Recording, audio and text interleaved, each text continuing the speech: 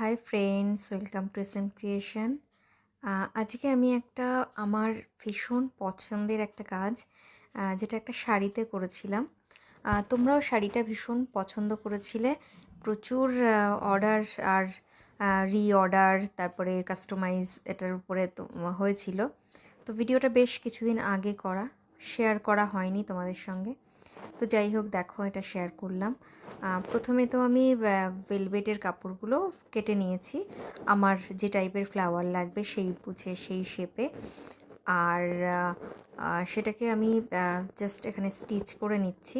এটা স্টিচ না করে ডিরেক্ট মানে ফ্লাওয়ার বানিয়েও সেট করা যায়, কিন্তু যেহেতু এটা শাড়িতে হবে তো এখানে আমাকে অনেক কিছু মাথায় রাখতে হয়েছে যে শাড়িটা যখন কাচা ধোয়া বা পলিশ হবে বা বারবার যখন কেউ ইউজ করবে তো তারপরেও যেন ফ্লাওয়ারটা খুব ভালোভাবে এখানে সেটিংটা থাকে, নষ্ট না হয়ে যায়, সেজন্য স্টিচ করে নেওয়া।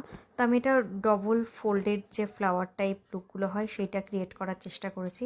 সেই জন্য প্রথমে তো ওগুলো সেট করে নিয়েছি, পরে এটা আলাদা করে করে এর উপরে আমি বসাচ্ছি। এটা দেখে যদি ভালো করে তোমরা দেখো বুঝতে পারবে।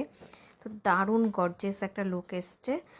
তোমরাও চাইলে এই ধরনের কাজ করতেই পারো। আমার পেজের সঙ্গে যদি থাকো তাহলে এরকম সুন্দর সুন্দর আইডিয়া তোমরা পাবে। তো এটাকে আমি জাস্ট ফিনিশিং টাচ দিয়েছি।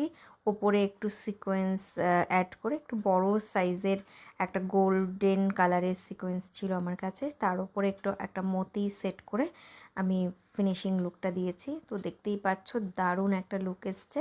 তোমরা এরকম কাজ দেখতে চাইলে আমাদের পেজের সঙ্গে থেকো প্লিজ।